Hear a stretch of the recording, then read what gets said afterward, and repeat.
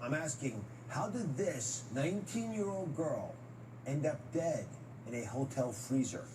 That's the question that has baffled authorities and left the family in mourning. These, and look carefully, are among the last known moments of Kenneka Jenkins' life. It's in the early morning hours in the Crown Plaza Hotel outside of Chicago. And Nancy Grace is here, and she is outraged.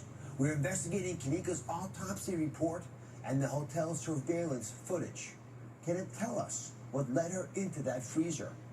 Plus, Kenneka's mom and sister are here, and they're opening up in an exclusive interview about the loss that changed their lives forever. And as a doctor, I'm asking the question that plagues me. If she was found sooner, could she have survived? It's 11:30 p.m. September 9th, when 19-year-old Kenneka Jenkins leaves her home, telling her mom she's meeting friends to celebrate her new job at a local nursing home. It will be the last time her mother, Teresa, will see her alive. Kenneka and 3 friends arrive at the Crown Plaza O'Hare Hotel for a party where minors are being served alcohol. At 1:30 a.m., Kenneka speaks to her sister Lenore on her cell phone. Shortly after, she goes missing. It's after 4 a.m. when Kenneka's worried friends call her mother. They have her cell phone and car keys and are in Kenneka's car, but she is nowhere to be found. By 5 a.m., a distraught Teresa arrives at the hotel to search for her daughter, but the staff refuses to show her surveillance footage without a formal missing persons report. Teresa calls 911 from the parking lot, but it's late Saturday morning before Chicago police allow her to file a missing persons report. At 1:15 p.m. Saturday, the official search for Kenneka begins, only to end 11 hours later at 12:48 a.m. Sunday, when Kenneka is found in a vacant area of the hotel inside a walk-in freezer. She's dead.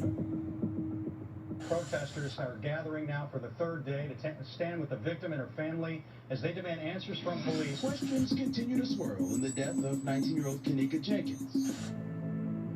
The investigation prompts viral speculation as police scour hotel footage and online videos of Kenneka's last living hours. When they finally see the footage, shocking images trace Kenneka's last moments. Now, after puzzling autopsy results, the case still remains unsolved for her family as they seek answers and justice for Kenneka. Crime Online founder Nancy Grace joins us now. She is a tireless advocate for victims' rights. So let's get into this case. What puzzles you the most about it? You know, Dr. Oz, I hardly know where to start. Let's just start with a surveillance video, all right? Number 1, when you have a bank of surveillance cameras, isn't there usually somebody sitting there looking at it? I mean, why do you have a bank of security video? It's to stop incidents from happening. And another thing, the most troubling thing is the way her body was found, with her shirt pulled up over her bra and her pants pulled down over her pelvic bones. That's just not right. Let's get into that. These photographs, this is the breaking development, folks. It does raise the possibility of some foul play. So the police just released these images. Whoa. The possibility. Dr. Oz, rest assured, if they found your body with your pants down and your shirt up, I would be on it, okay? That's not right. Now, another thing that is very curious to me is she leaves her little group and she disappears. She's steady on her feet. Everything's fine. She's walking along. Then suddenly she reappears about an hour and a half, 2 hours later, and she can hardly walk. What happened? Yeah.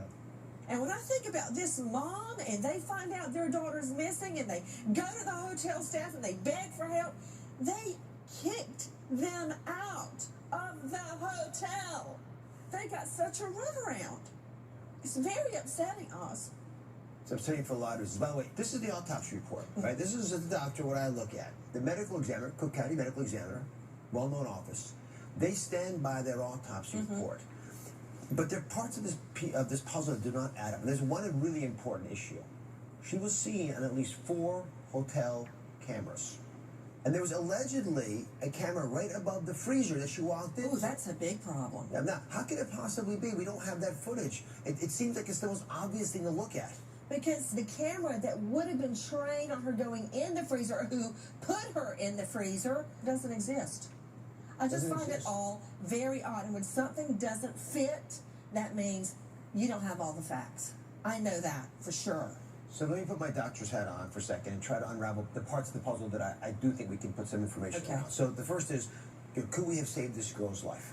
Being in the freezer for so long is a problem. And there's no question, she died from hypothermia, right? She could have been out in Siberia. Those refrigerators are at 0 degrees, right? They're freezers. So the normal body temperature, coming over here, your temperature right now, hopefully, unless you got a fever, is 98.6, right? Now, that's where we're supposed to be.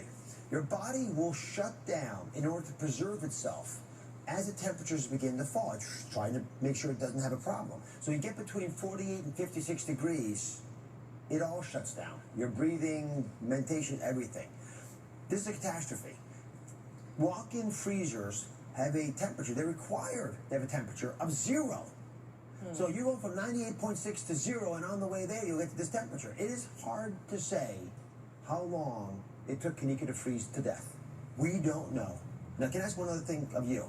You're really worried about the clothes being pulled off. I am. So I looked into that. I don't know if this is what happened to her, but when you begin to freeze, your body shuts down, pulls all the blood back to the core, away from the skin.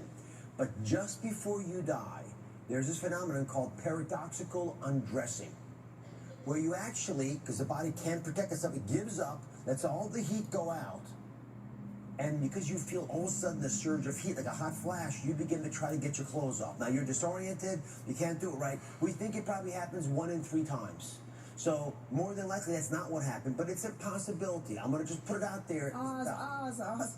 No, look, I hear what you're saying, but you add that to somebody slipping something in her drink, possibly. She's fine 1 minute, an hour later, she can't even walk.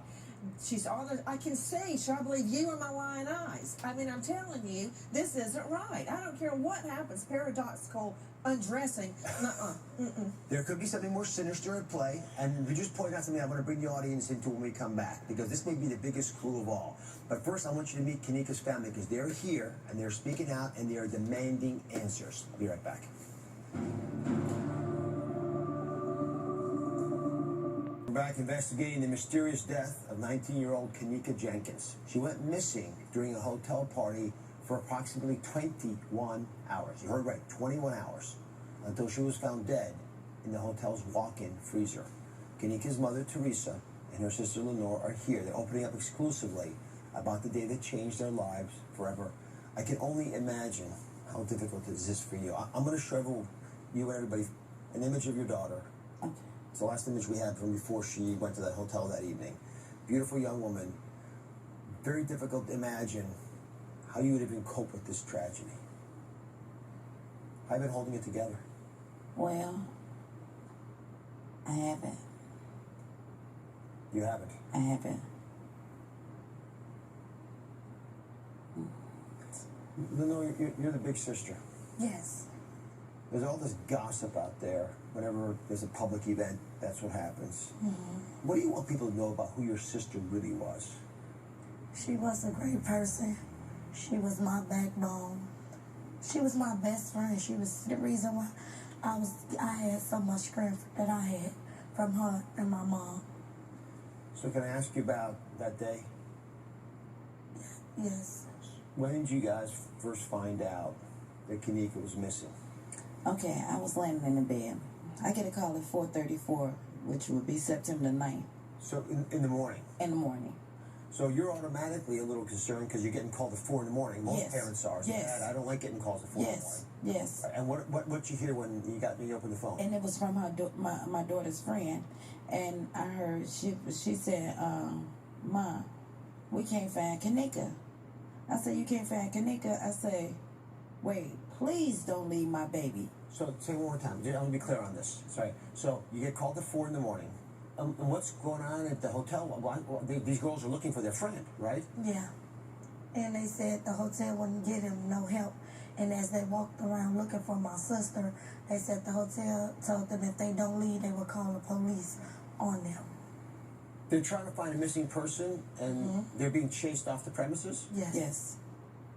So then what did you do? and I went to the hotel myself. And when I went up to the hotel, I had my daughter's picture in my phone.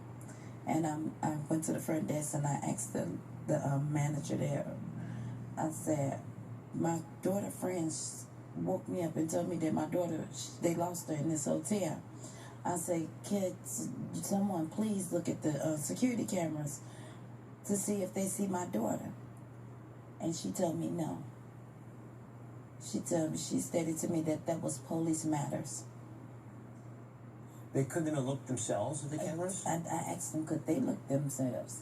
The hotel itself, Crown Plaza. And she stated to me no. So when the hotel said they wouldn't look at the surveillance footage and you couldn't find your daughter anywhere in the hotel, you do what any mom would do. You call 911. So if it's okay, everybody, I want you all to hear this 911 call. Let's just play a portion. Again, she's only been gone for a couple hours. She could be somewhere with one of her friends, or again, it is only a couple hours since you hadn't seen her, correct? Or since her friend supposedly hadn't seen her? Correct. Let's say about 3 to 4 hours now.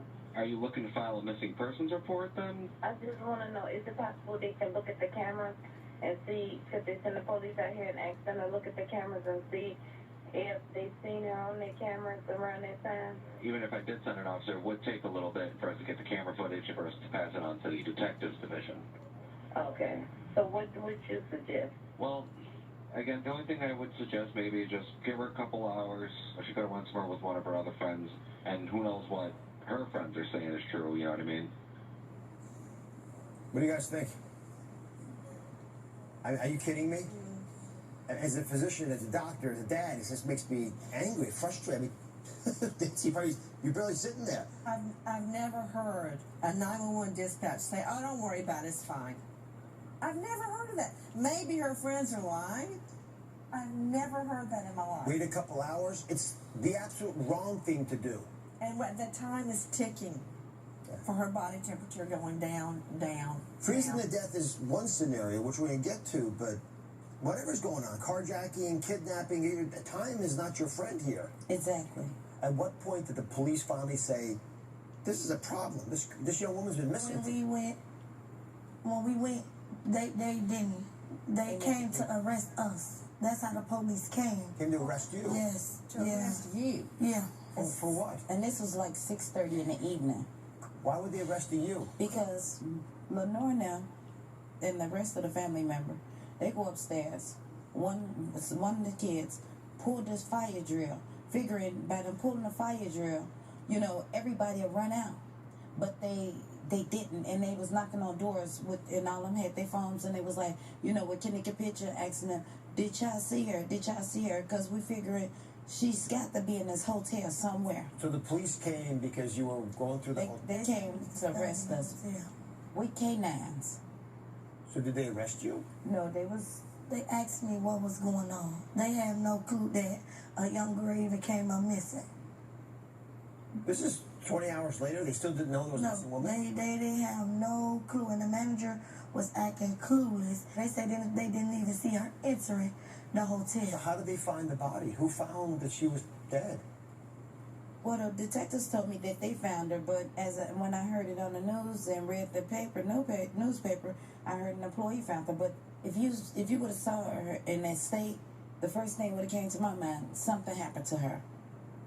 Like someone did something to her? Yes, like someone did something to her. Now, they told us they didn't see nothing, no foul play, no faulty play, or whatever. Are you angry that you were ignored? Yes, I'm one. Yes, I'm angry. I'm hurt more so. All right, up next, we have even more questions. The shocking autopsy details, they stopped me dead in my tracks. Stay with us. Nancy Grace and the family of 19-year-old Kenneka Jenkins, who was found frozen to death in a hotel's walk-in freezer. But her autopsy report shows there were other things at play. We're joined now by the family's attorney, Larry Rogers Jr. So, Larry, the autopsy report shows there's a substance in Kenneka's blood called topiramate. Yes. This is an anti-seizure medication. Why is this of interest to you? It's of interest to me because there's no evidence that she was ever prescribed the medication. Granted, she's a 19-year-old, but her mother knows her well. You can tell from the way she responded to the initial reports. that her daughter was missing. Yeah, it's bizarre. It caught me as well because this is a drug you'd have to be prescribed, so how do you even get a hold of it? So I looked into it a little bit. And just to be clear, Kenneka's blood level, her blood alcohol level, was 0.112. Let me show you this video again of her stumbling through the hall. Right? Some of you probably have had a little too much alcohol. 0.112 does not do this to you. That's not what 0.112 alcohol looks like. If topiramate was mixed with alcohol, but changes it. Because topiramate with alcohol can cause sleepiness, dizziness, slow motor skills, can blur your vision, you can pass out. Lots of things can happen that most folks would never know, and you're never supposed to put them together. So we also found it could be used off-label for weight loss. Your daughter looked very trimmed. Did she ever take weight loss No. pills like this? No, she was trying to gain weight, if anything. All right, so I'm trying to search, but then I thought, well, is it one of those party drugs? Could it be a date rape drug? And I got to say that there's no evidence that it's used this way, but we can't speculate about why topiramate was in her system. We don't know if she took it willingly. Was it passed to her? Was it slipped into her drink? It's completely unknown to us, but this should never have been in your daughter's body. Yes. And it warrants investigation. You can't ignore a finding like topiramate in her system. Do you think someone slipped this little itty-bitty pill to your daughter? Yes. My daughter doesn't like taking pills. That would really get me upset. Yes. Someone drugged my child. Yes. That may not have been what killed her, but that led to her doing whatever happened that caused her to get in that freezer. And you bring up a good point about the way she's staggering through the hallways. How does she stagger through the hallways and that go unrecognized by staff at the Crown Plaza Hotel? So we went out and we got in touch with the Rosemont Police Department, and they've stated that they have closed Kenneka's case. They say they've just closed it because they did not find any signs of foul play. So then we asked about the alleged surveillance camera. You mentioned there was one above the freezer. Yes. Theoretically would have seen her walking in or someone dragging her in. Yes. Right, whatever needed, because that's a big question. How do you get a big, heavy door open? Yes. Right? And here's what the state. I wasn't there, but they were. And they say there is one motion-censored still camera inside the kitchen that points in the area of the freezer, but does not show the door of the freezer. So they couldn't actually see the door itself. We followed up with the Crown Plaza Hotel itself, where Kenneka's body was found, and their spokesman stated that no video shows her entering the freezer because we never had a camera there. So Larry, how do you respond to that? I went to the Crown Plaza and I did a walkthrough of the area. They had some 46 or so cameras there, and there were cameras that should have captured her progressing, apparently, according to them, toward this kitchen that did not capture her, and they claimed they weren't working. Nancy, what happened here? This is You know, bizarre. Dr. Oz, when I think about them trying to go door to door, showing the picture, then running to the next door and showing the picture as the minutes passed and her body temperature went down, down, down, down, down. Why was she told no? Why don't I see things in the autopsy like fingernail scrapings? Was there DNA under her fingernails? We'll never know. We'll never know now. Why were there was one thing after the next that went wrong? And when I think about what this mother has been through, and you know what I noticed about her, she'll get upset that she tries to be real calm. Why? Why were you trying so hard to stay calm? Because I know. Well, to get my daughter, because I knew something was going on with her. I needed help. That's it. From the day she called me, she asked for help. And she went to the front counter of that hotel asking for help, and it was all ignored. They would not have dismissed you, No, Dr. Oz, but she knew that if she went in there upset with her voice raised, they'd kick her out. They wouldn't have done that to you. No, I'm they just wouldn't. telling you. They wouldn't have. And I know they wouldn't have. We gotta change this. You can't be scared, intimidated when you're searching for your daughter and trying to save her life. That's not the country we live in. I know this is incredibly hard for you, and I hope you find peace. And we will be with you and supporting you all we can. She's Thank the you. tip of the iceberg. Thank you.